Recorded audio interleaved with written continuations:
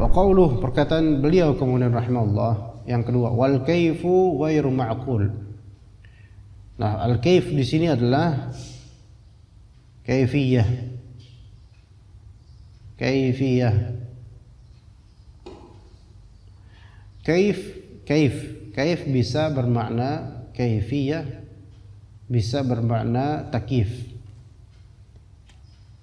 Beda. Kaif ya, kaif bisa kaifun, kaif ya. Bisa bermakna kaifiyah artinya tata cara, bisa bermakna takyif. Paham enggak? Ana ulangi ya. Sebelum kita lanjut. Al-kaif bisa bermakna kaifiyah. Apa artinya kaifiyah? Tata cara. Bisa bermakna takyif. Takyif ada dua maksud. Imma bermakna penuturan kebagaimanaan atau penuturan tata cara. Imma bermakna bertanya perihal tata cara. Oke, paham gak? Takyif imma maksudnya adalah penuturan tentang tata cara kebagaimanaan, imma maknanya pertanyaan tentang kebagaimanaan atau tata cara. Oke, paham gak? Tulis makanya di benak antum atau di catatan antum. Kaif di sini kaif, wal kaifu ghairu ma'qul. Kaif ada berapa kemungkinan? Ada berapa maksud? Imma maksudnya kaif adalah apa? Kaifiyah. Imma maksudnya adalah takyif. Dan takyif itu ada dua makna. Imma maksudnya adalah penjabaran dan penuturan tentang tata cara sesuatu. Takyif, mentakyif sesuatu. Imma maknanya takyif adalah apa? Menanyakan tentang tata cara sesuatu. Oke, paham nggak? Kita contohin satu-satu nih setelah ini. Ini nggak ada di kitab. Kaifa tadi makna pertama apa? Maksud pertama bisa menjadi kaifiyah, tata cara ya. Ya. Maka kalau misalnya di situ wal kaifu ghairu ma'qul, tata cara istiwanya Allah tidak masuk akal. Maksudnya tidak masuk akal di sini adalah apa? Tidak diketahui oleh akal. Benar nggak kalau makna itu? Benar nggak? Tata cara istiwanya Allah tidak difahami oleh akal atau tidak diketahui oleh akal. Betul nggak? Betul, karena ya antum nggak ada kabar tentang itu kan? Sahih itu. Baik. Tapi di sisi lain al-kaif bisa bermakna apa? Takyif. Takyif maknanya bisa menjadi apa? Penjabaran atau wasful kaifiyah atau ta'birul kaifiyah atau al-qaul 'anil kaifiyah, penjabaran tata cara sesuatu, itu takyif. Oke? Baik tentang sifat Allah atau tentang hal lainnya. Misalnya ada istilah namanya takyif fiqhi. Takyif fiqhi yaitu penjabaran suratul masalah gitu loh. Penjabaran gambaran permasalahan itu takyif fiqhi. Ya. Misalnya apa hukum dropship? Ya. Dropship ya. Antum kemudian bertanya kepada Ustaz, takyif fiqhi dropship itu kayak gimana gitu loh. Yaitu gambaran permasalahan secara fikih untuk dropship itu kayak gimana gitu. Ini namanya apa? Takyif. Maksudnya dalam arti lain adalah kaifa yakunu dropship fil fiqh gitu loh Ustaz. Dropship di fikih itu kayak gimana sih Ustaz? Nah, itu namanya takyif fikih atau semisal itulah. Itu takyif, penjabaran kebagaimanaan. Jadi ketika antum menuturkan sesuatu, sifat sesuatu, kebagaimana sesuatu, maka antum sedang melakukan apa? Takyif. Misalnya, ana nanya ke antum, antum tahu burung jalak nggak Kin? Oh, Anda tahu Ustaz. Coba gimana terangkan kepada ana. Ana berarti sedang mempertanyakan tentang takyif burung jalak. Maka kemudian antum bilang, oh burung jalak itu kayak gini Ustaz. Begini. Ana kan nanya kaifa Kin? Kaifa burung jalak? maka antum menjawab burung jalak. Nah, antum mendeskripsikan ini namanya apa? Takyif, itu antum mentakbir tentang kaifiyahnya burung jalak, kebagaimanaannya dia. Ya. Sebagian burung kan ada yang kayak gini, ada yang kayak gini, yang kayak gini enggak ada. Apalagi yang kayak gini. Ya. Kemudian anak kecil bertanya kepada bapaknya. Ya, ada anak bertanya kepada bapaknya. Ya, lagu bulan puasa itu. Ya. Nah, Pak, gimana sih ya caranya burung terbang? Berarti anak ini sedang menanyakan tentang apa? Kaifiyah kan? Maka kemudian bapaknya bilang, oh burung terbang itu caranya gini nak. Maka bapak ini sedang mentakbirkan tentang apa? Kaifiyah. Ini semua namanya takyif. Menjabarkan kebagaimanaan burung itu terbang. Oke? Lah kalau misalnya ada orang nanya, ya Dika, kaifa istawallahu ala arsy? Bagaimana Allah Ta'ala beristiwa di atas arsy-Nya?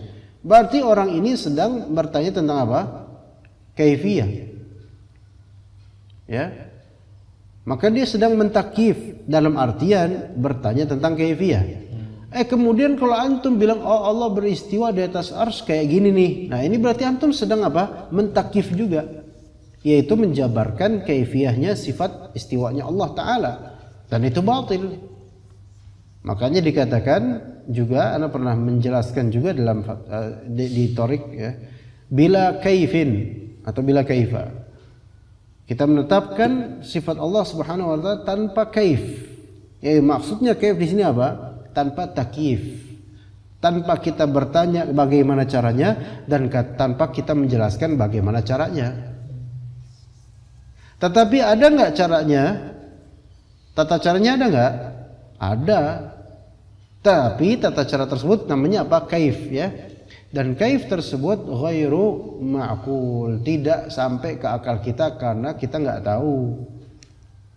Namanya enggak sampai akal itu ada dua kemungkinan.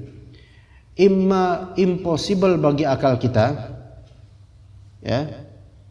Imma possible tetapi kita enggak sampai aja, enggak tahu aja gitu. Paham enggak? Sesuatu yang tidak masuk akal bagi kita itu ada dua kemungkinan. Imma memang impossible bagi akal kita. Imma itu possible tetapi kita nggak paham. Gimana? Paham nggak? Wal kaifu ghairu ma'qul ini, kaifiyah sifat Allah istiwa itu possible nggak? Ada nggak? Ada, possible. Tapi kenapa dikatakan kaif ghairu ma'qul, nggak masuk akal? Karena kita nggak nyampe aja ilmu ke sana gitu. Karena kita nggak tahu, maka kita katakan ghairu ma'qul yaitu ghairu ma'lum. Gimana? Nah, sebagian dari kalangan Asy'ariyah, Maturidiyah dan juga rekan-rekan ya, saudara-saudara kita rahimahumullah, mereka menggugat Salafiyah dalam masalah ini. Salafiyah mereka mengatakan bahwasanya Allah Ta'ala memiliki tata cara sifat. Ya Masya Allah. Kata mereka, barang siapa yang mengatakan bahwasanya Allah Ta'ala memiliki tata cara untuk sifat-sifatnya, maka dia menyerupakan Allah dengan makhluk. Kita menetapkan Allah Ta'ala memiliki tata cara enggak untuk sifat-sifatnya? Memiliki sifat-sifat, iya. Dan sifat-sifat yang real, hak bagi Allah Ta'ala. Hanya kita tidak pernah menyatakan seperti apa tata caranya. Taib, Allah Ta'ala memiliki wajah, wa yabqa wajhu rabbika. Taib, wajah Allah bagaimana? Ini pertanyaan bid'ah. Karena ini pertanyaan takyif tentang wajah Allah Ta'ala. Oke? Kita menyatakan Allah Ta'ala memiliki sifat wajah, maka itu melazimkan harusnya kita juga menyatakan bahwasanya ada wajah Allah dengan sifatnya. Ya Allah, hanya Allah yang tahu. Apakah masuk ke akal kita bagaimana sifat wajah Allah? Tidak masuk ke akal kita dari segi ketidaktahuan kita, bukan dari segi ketiadaannya.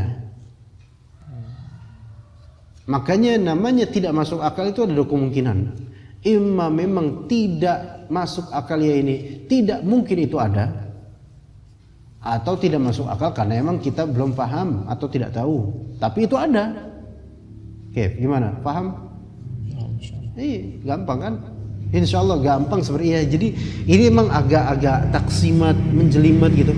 Tapi kalau Allah beri taufik kepada antum dan antum murojaah, hal kayak gini tuh gampang sekali insya Allah, sesuai fitrah. Ya. Sekarang misalnya kalau antum lihat ada orang kolot, kalau kolot di Sunda orang tua ya gitu ya. Nah, kalau di Betawi ya kolot lampau gitu. Nah ada orang kolot gitu loh. Orang kolot itu apa ya? Orang deso gitu loh ya. Dia mungkin dulunya memang tinggal di desa dan mungkin itu tahun 2005 atau tahun 2000 sekian ya. Memang baru muncul handphone dan internet. Ya. Ketika dia melihat orang lagi bercakap lewat handphone misalnya, dan dia orang yang sangat desa ini lihat pas ke kota, pertama kali ke kota dia ngeliat orang bercakap, orang kok ngomong sendiri gitu kan. Mungkin dia akan mencap orang itu gila karena ngomong sendiri nih.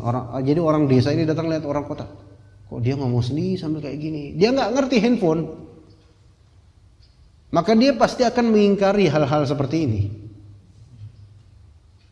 Padahal mungkin ada nggak tata caranya orang kota ini ngobrol sama orang luar negeri dengan handphonenya?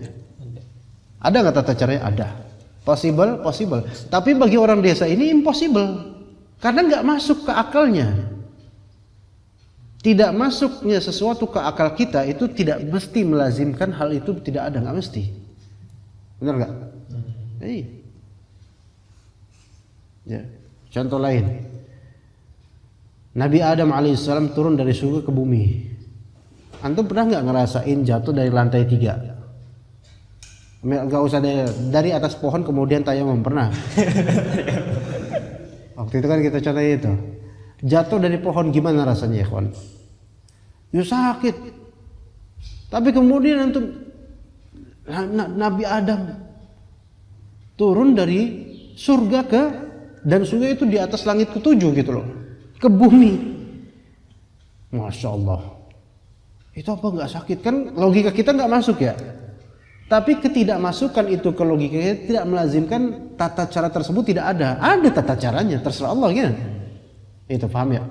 Jadi illogical, imposibilitas di benak kita itu terbagi menjadi 2. Imma hal tersebut memang tidak mungkin terjadi, imma hal tersebut terjadi. Bisa terjadi, cuma memang kita saja yang belum pernah melihat atau belum pernah mendengarnya atau tidak pernah tahu tentang hal itu. Gimana? Logika ya? Sampai sini paham ya insyaallah ya.